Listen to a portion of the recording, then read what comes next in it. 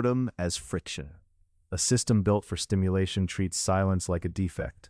Boredom is the moment the machine stops pulling and you notice the pull. Boredom protects agency by adding friction to attention markets that run on capture. By boredom, I mean the uncomfortable gap where the next stimulus is not yet chosen, not yet provided, and not yet justified. An interval where impulse meets a constraint and has to negotiate. Start with incentives. Stimulation has a reliable payout. When attention is scarce, anything that can win and hold it becomes valuable. So systems optimize for what can be delivered fast, measured easily, and repeated indefinitely.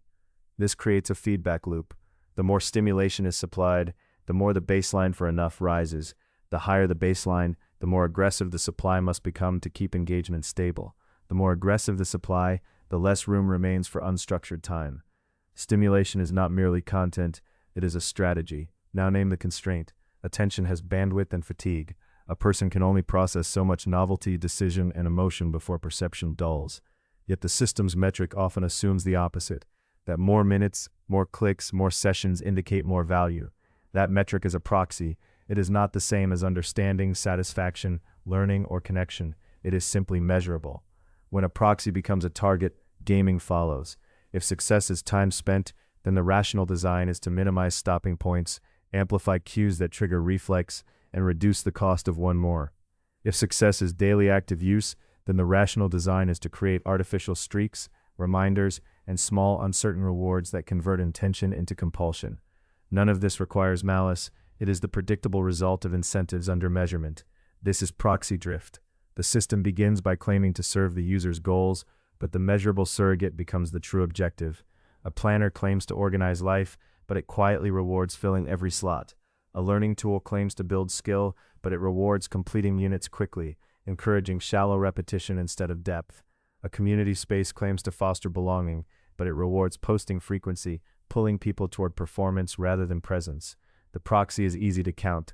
The real value is hard to verify. In that environment, boredom appears as resistance. Not ideological resistance, but mechanical resistance. Boredom is what happens when the stimulation loop fails to close. The next cue does not arrive, or it arrives and does not satisfy. The hand reaches for the habitual lever and finds less reward. That sensation is friction, and friction reveals the gears. There is an explicit trade-off here. Reduce boredom and you increase throughput. Increase boredom and you restore discretion. Throughput is efficient. More engagement, more consumption, more responsiveness. Discretion is slower, more deliberation, more wandering, more refusal. The system prefers throughput because it is legible to metrics and convertible into rent. Discretion is costly because it cannot be forced without breaking trust and because it produces outcomes that are hard to capture. So boredom protects something specific, the boundary where stimulus ends and choice begins. It reintroduces a gap between trigger and response. In that gap, the system has less leverage, because leverage depends on momentum, not reflection. This is not a romantic defense of discomfort. It is a claim about meaning under optimization. When stimulation fills every gap, attention becomes a conveyor belt. Each moment is handed to the next designed prompt. Identity then shifts from one who chooses to one who reacts. Responsibility becomes blurred, not because people lose intelligence, but because the environment reduces the number of real decision points. Boredom restores the visibility of values. In the gap, questions surface that stimulation suppresses. What is worth doing when no one is scoring it? What holds weight when there is no immediate reward signal? What remains when the proxy is quiet? The system cannot answer those questions because the system is built to convert attention into measurable output. Meaning is not measurable in the same way. It is lived, negotiated, and often inefficient. So boredom's protection is not comfort. It is agency. It is the capacity to withhold attention, to redirect it, or to let it rest. And rest is not idleness in a moral sense. It is the condition where motives can be examined without constant interruption. A system that cannot profit from that examination will try to label it waste.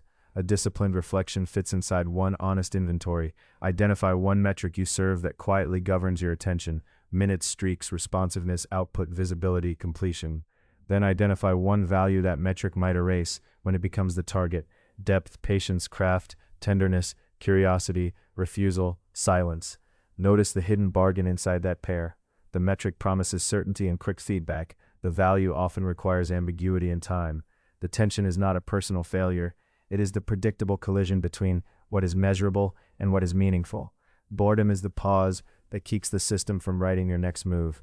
Incentives do not care about your story.